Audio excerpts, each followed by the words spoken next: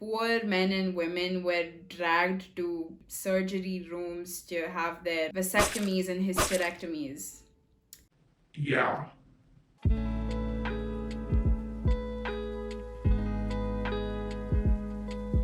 Hi, my name is Anushka, and I'm 18 years old, and welcome to my corner of the internet where we talk about whatever is on my mind.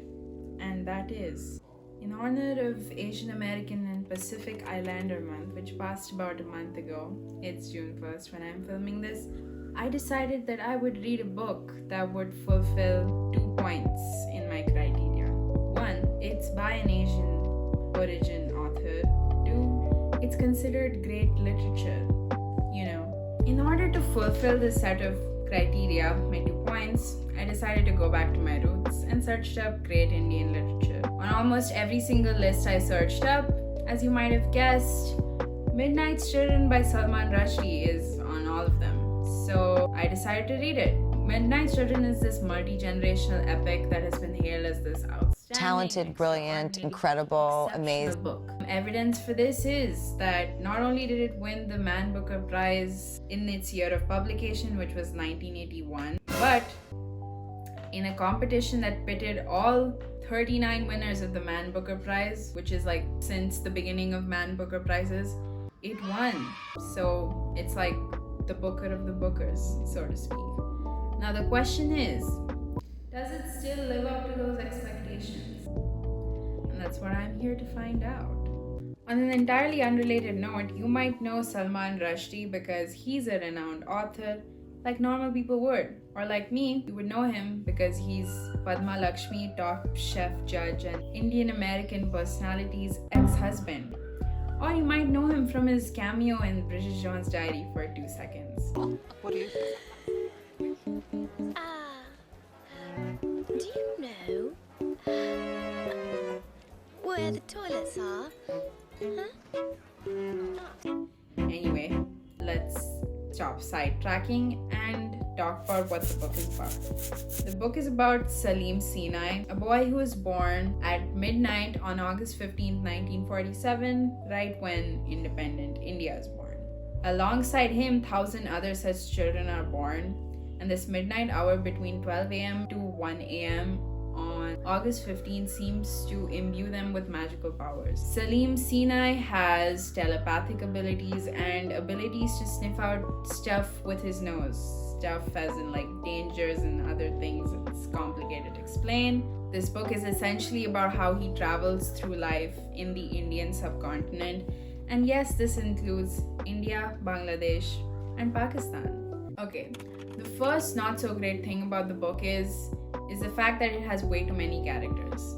So many that I kept referring to this one page in the book that had a list of characters with his connections to these characters, and these characters keep coming on throughout the book. Now, I will just read out the number of characters to you and you will see how long it is because I will have to speed this up. I'm looking at it here.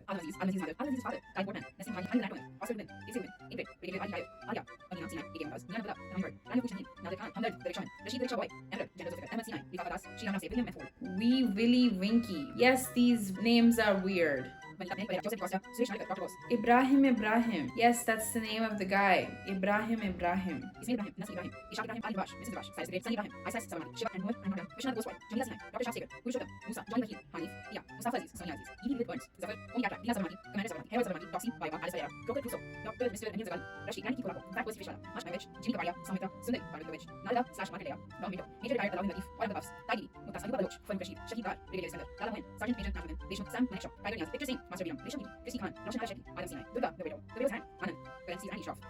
Salim Sinai, and finally his lover Padma Mangroli. And we're done with that character list. Second not so great thing is Salman Rushdie constantly, and I mean constantly, foreshadows. And this means he refers to something really obscure that the reader has no clue about, and then he mentions it and never explains it. And only, once it comes to that part, you get to know what the character or scene that he mentioned is about. For example, Salim is saying this and he refers to these characters as if we know them, but we don't.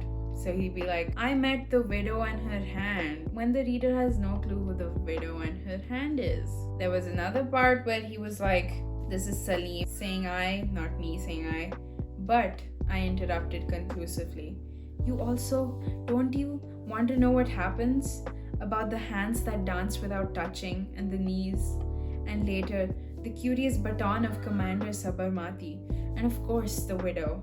And the children, what became of them? Yes, these characters, I know the words because, I've studied English, but I really don't know what their significance is in the story. The biggest example of this foreshadowing is when there is this 400-word long paragraph that barely has any punctuation and sounds like a bunch of gibberish, but happens to be really significant at the end of the book. But when you're reading this 400-word long paragraph, you have no idea that it's significant because it sounds like that. What are you doing at work these days? Oh, I'm working on time-dependent backgrounds in string theory, specifically quantum field theory and d-dimensional de Sitter space. Okay, come on, even you have to admit that's jibber jabber.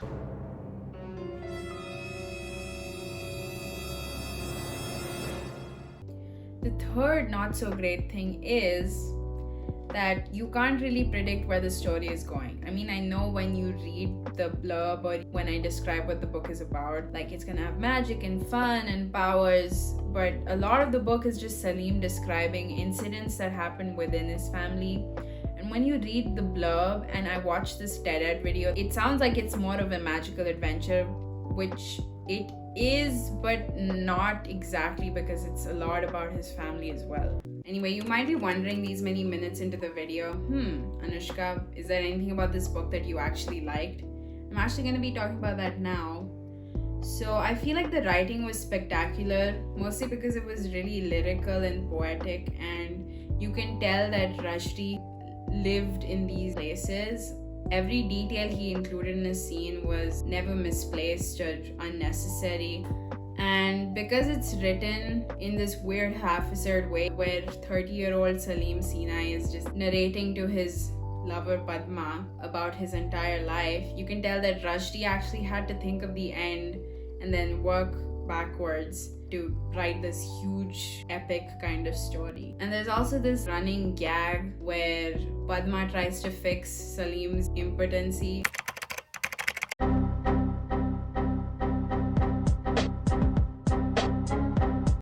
There are also some parts in the book that I really liked where the writing had a lot of great insight, like observations about the way life worked that's kind of similar to the way Haruki Murakami writes. Things, even people, have a way of leaking into each other, I explain. Like flavors when you cook. He led Nader to a door in the side of the house. It was bolted and locked, but Rashid pulled, and the lock came away in his hand. Indian made, he whispered, as if that explained everything. And this last one, because what I'm watching here on my dirty glass cinema screen is, after all, an Indian movie in which physical contact is forbidden lest it corrupt the watching flower of Indian youth. The thing is, this book was written exactly 40 years ago, 1981, and some of this humor is still so relevant, which really speaks to the way Rushdie's writing is kind of timeless and the way this book is also kind of timeless. Secondly, as an Indian American Bengali, I really liked how Rushdie navigated describing various Indian cultures.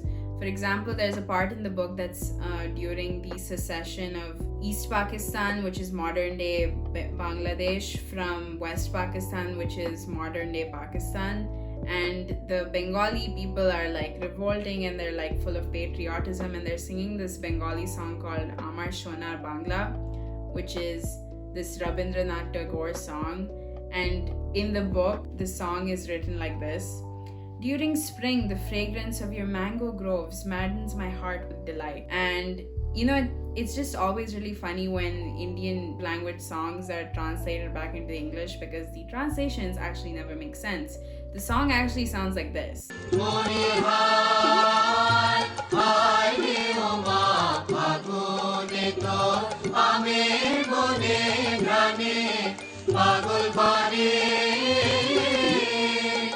The other day, my family and I were watching Om Shanti Om, and it's this super popular Bollywood movie that was I think released 20 years ago. In true Bollywood fashion, there was like an item dance song like every 10 minutes, and one of them was called Dard De Disco, which is this really poppy song about heartbreak. The English translation for the chorus, Dard De Disco, was Disco of Distress, and it was in the captions while he was singing it, and I just found that really stupidly funny.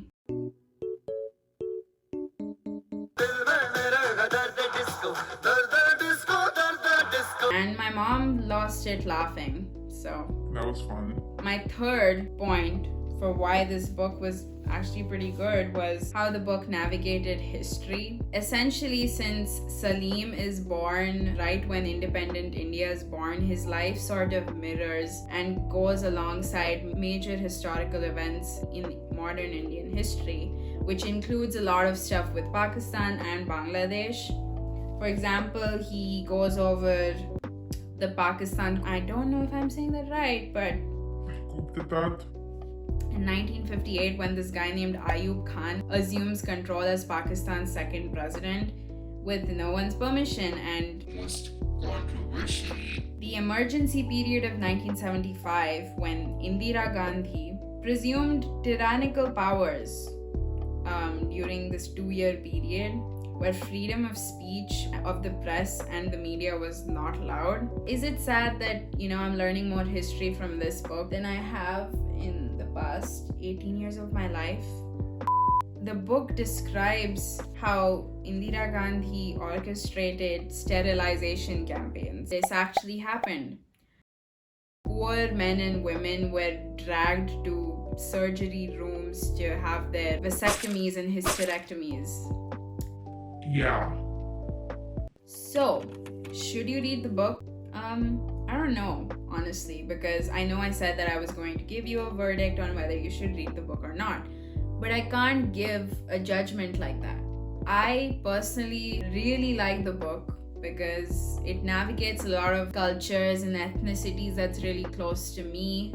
So I think that it's all gonna be personal to everyone, and if someone were to read this, some may call it boring because it takes a lot of time to get the base going, but some may call it marvelous because it manages to encompass so much of history in a really tasteful and funny way. What George R.R. Martin has sort of been able to do through 6+ books, Rushdie manages to do in a really meaningful way in one 647-page novel.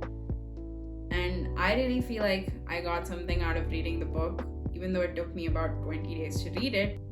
So that's it. Anyways, thank you so much for watching this video. I am so grateful for every single person who clicked on this video and watched it, and if you stayed till the end and watched the whole thing, I'm very grateful for you. Also, how are you doing that? Explosion. I think that it took me a really long time to come to the conclusion to do YouTube, but I hope I stick with it, and you guys supporting me is the best motivation. So thank you, and see you in the next one.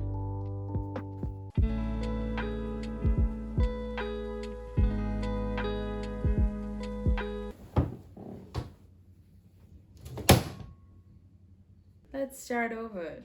I have to get used to an inanimate object as my friend. Okay.